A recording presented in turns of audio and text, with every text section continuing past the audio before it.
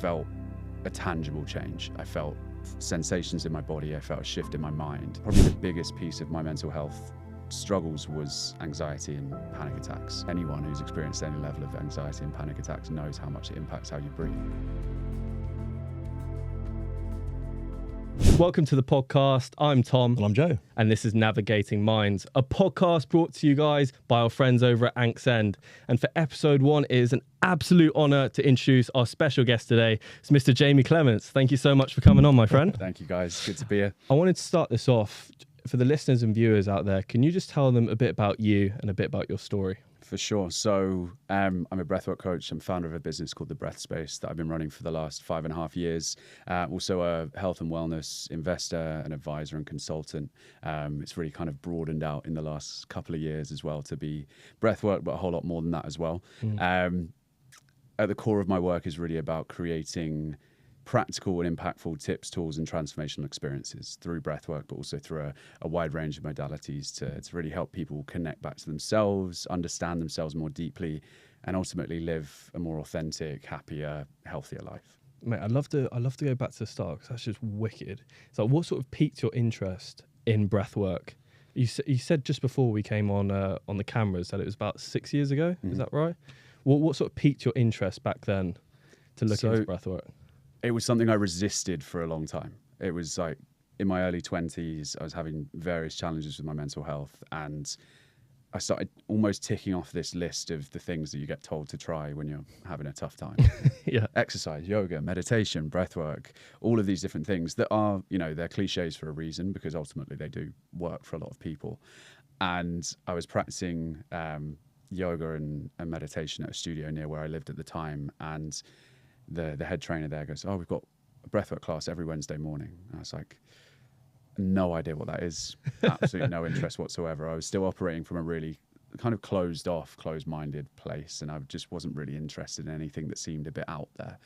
And he kept kind of needling away, and he's someone that I still know to this day and have a huge amount of respect for. And I just thought, one time I'll give it a go and I'll see what happens. And that really was the beginning. That was about 7 years ago, 6.5, 7 years ago now.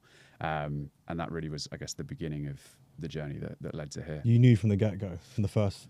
I always say it would make for a much better marketing message if it was yes. the first session. But there was enough in the first session for me to think that there was something in it. And what I mean by that is that there was, with the style of breathwork that I was doing in that first session, I felt a tangible change. I felt sensations in my body. I felt a shift in my mind that took me from, ultimately a skeptic to a believer in that moment. It wasn't the most life-changing experience, but it was a life-changing experience in the sense that it set me on a path to explore it further. So what was the difference between that and, like you say, the cliche of the exercise, the yoga and all the above? What was the big difference for you? All of those things are still a part of what's helped me in kind of my life now. It's very much like breathwork has been the point of a much bigger holistic picture of health, well-being, self-awareness. What was it about breathwork? I think for me, probably the biggest piece of my mental health struggles was anxiety and panic attacks. And, anyone who's experienced any level of anxiety and panic attacks knows how much it impacts how you breathe. Especially in a panic attack, you kind of lose any sense of control over your breath, and it's the one thing that you can't kind of seem to get a grip on. And so I think there was something in that where I went from having an experience of life that was characterized by a lack of ability to breathe to suddenly understanding that this thing that's been there the whole time for my entire life had this incredibly powerful role to play in giving me back autonomy, giving me back a sense of control over my life. Because I think that anxiety, particularly as it got worse and worse and worse through my early 20s, made me feel like a passenger. I was just anxious, and that was that. And I was like, it was like just there. And that's not to say I don't experience anxiety anymore. It's just actually I have a much better grasp of how to manage my state. I have things that I can use proactively and reactively, whether it's managing my state ahead of time or actually in the moment. And I think that was the biggest thing that's always stuck with me with breathwork, is actually the role that it plays in giving people back a sense of control over their lives in something that on the face of it is so simple. Mate, I love it. Do you think a lot of people struggle I think anxiety is one of these weird things where like people don't understand the severity of it. Do you think a lot of people struggle to see the difference between being anxious and actually having an anxiety problem? It's a good question. I think the mental health conversation, which has done a lot of good, has also at times led to a situation where we can over-identify with the labels. You know, I'm an anxious person. Well, actually, no, you're a person who experiences anxiety. And if you really have that deeply ingrained in your identity, as I did for a really long time, that makes it even harder to break, because it's almost like, as much as you can want to get rid of it, who are you without it? And that's where these things can become almost addictive psychologically, because you're going, well, I'm so used to being anxious. My nervous system is so used to being in chaos that when we start to quieten that down, we don't know what to do with ourselves. And so I do think there is this piece around almost emotional literacy and understanding like what it is that you're feeling, and not over identifying with it, because that's how we can manage it, knowing that, you know, you as an individual are this kind of ever present awareness without going too deep into the philosophy, and that everything else is more temporary, more transient, more, you know, it's the cloud in the sky analogy, right? It's passing by, and being able to see it for what it is, manage it, feel it without kind of pushing it away, and come out the other side of it. So I do think sometimes we can underestimate it, and sometimes we can over identify with it. And so it's about finding that healthy relationship with whatever you're feeling. One thing I think I find very interesting about what you're saying there and what you've said in the past is that it's almost the misconception of mental health and overcoming a problem is almost pretending it never happened. And you're almost saying, don't forget it never happened, be okay with that, lean into that, because it's a part of who you are. And like you describe your 20s as a turbulent time in your life and a wild ride. Now you've hit 30, it's a bit of a, again, there's a misconception that 30 is this rite of passage. It's not, but you have turned a corner in that sense. To take me back to, you know, what I was saying a second ago, in that you are big on not just forgetting that ever happened, actually leading into it and learning from that. Absolutely. And I think for a very long time, I didn't do that. Yeah. I think probably that's been the last couple of years where I've actually realized how much I'd rejected certain parts of myself from that time of my life. And I think it's a very human thing to do, to look at, for me, it was, you know, this broad range of like age 15 to 24, various struggles, various challenges, but also a lot of good happened. You know, there were still parts of me that thrived. But it was kind of marred by an overriding experience of poor mental health. And I think for all of us, we can look at that time and look at that version of ourselves. You know, I take me at 23 and I go, well, the amount of suffering that version of me was experiencing, the right thing to do, or the helpful thing to do, is just to reject all of that. Like, I don't want to be that at all, because if I kind of sweep that under the rug, then there's no more suffering. Yeah. And actually in doing so, you just push out and cast aside all of these parts of yourself that are crying out under the surface to kind of be brought back in. And that has been a really important part of the journey. Huge. Kind of as I've come to hit 30, and in the last few years, it's going, actually, it wasn't all bad. And I can't remember whose quote it is, so I'm going to not take credit for myself, but go unknown. It's like, the healing happens when you can become grateful for everything, even the things that you wish never happened to you. Because if you're holding any level of resentment or like pain towards those things and rejection and hatred, then you're going to stay in that kind of place. You're going to stay resentful. You're going to stay in pain, because it's all you. You know, it's all part of you. And a lot of these healing modalities and practices that people are exploring now, looking at the subconscious mind and the deeper layers of the psyche, are all with a view towards holistic integration and actually looking at the different parts of ourselves and going, okay, you know, the shadow parts, the parts that I don't like, how can I make peace with those parts of myself? Because we strive and fail on so many occasions to be perfect.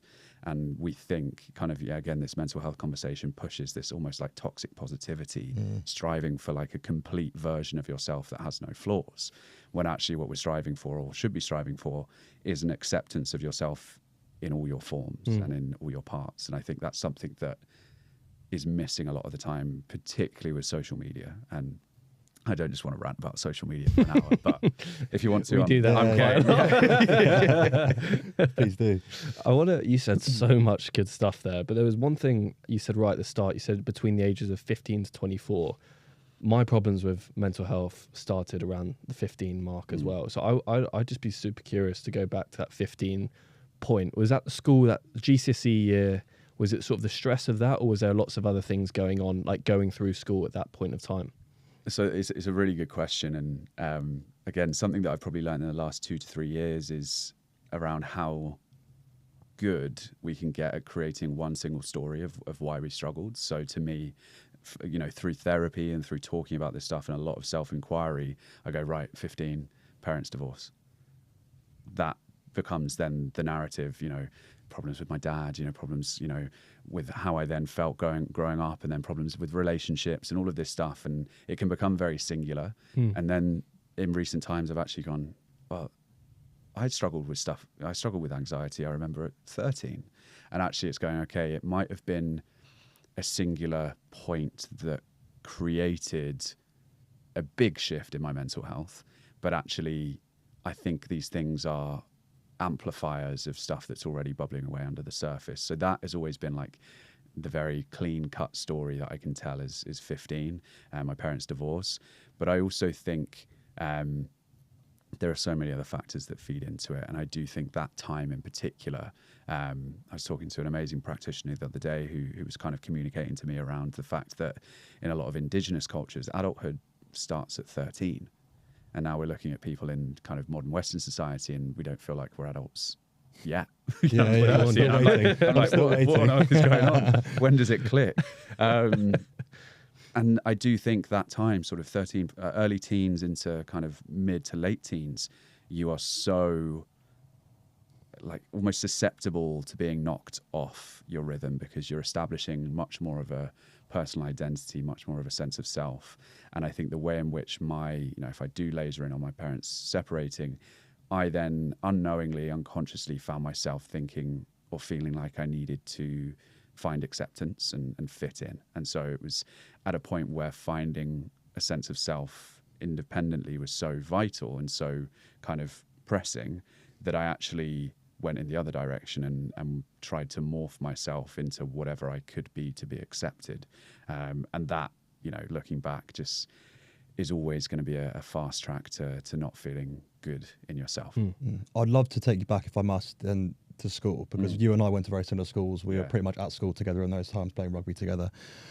By all accounts, on the surface, for want of a better phrase, you were a high achiever. Like, you were good at school, very bright, good at sport, you know, popular. Was that all a part of it then? Is that... You know what? I'd love to be able to give us like a straightforward answer to that, because I do look at those aspects. I'm like, okay, did I play rugby because I thought I'd be accepted, because I thought I'd be liked, because I thought I'd be popular, because I thought it would get me X, Y, and Z? Or did I play it because I loved it? The answer is probably both.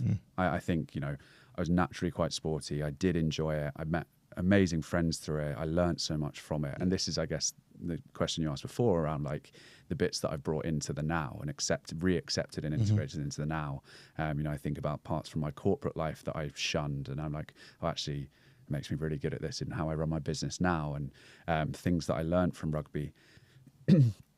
I do think, though, there will be elements of, and I see it even in parts of how I operate today, where there is, and I think not in all of us, but in certain people, if you're prone to maybe that fitting in, slight insecurity, maybe not feeling like you necessarily have an obvious place to fit, there's a little insecure kind of boy inside of me that does still want to fit in.